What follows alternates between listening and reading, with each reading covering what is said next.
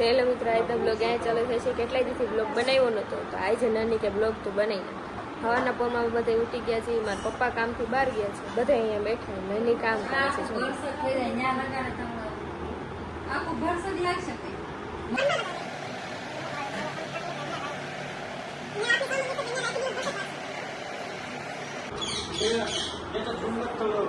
આ બધા નવારીશ કરતા હોય જ્યારે શાંતિ તો આ વિચારીને જો ગીતે નથી વગાડવા દેતું કોઈ. આ બધા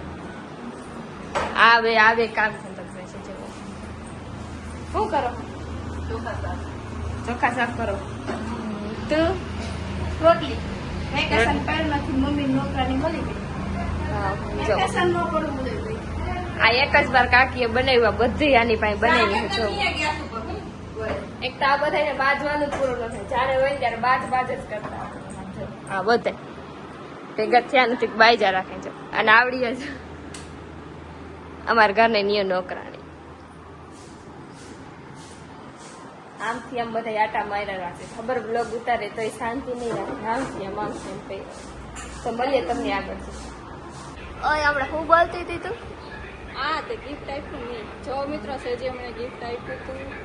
બર્થડે ના થોડાક દી પછી આપ્યું હતું, પણ આપ્યું ખરું. આપ્યું હતું ને તો વાંધો નહીં.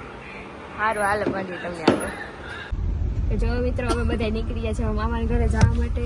બધાને આવજો એવું બધું કહી દીધું છે. બપોરે જ નક્કી કર્યું કે અમે મામાના ઘર જવાનું છે. મારા પપ્પાને આવ્યા જવું. અમે 5 જઈએ છીએ મામાના ઘર વેકેશન કરવા. હવે અહીંયા રોકાવું થોડાક દી, પછી પાછા આવું.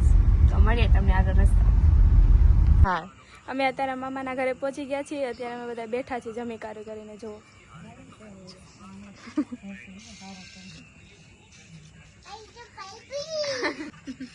રહી નાખ.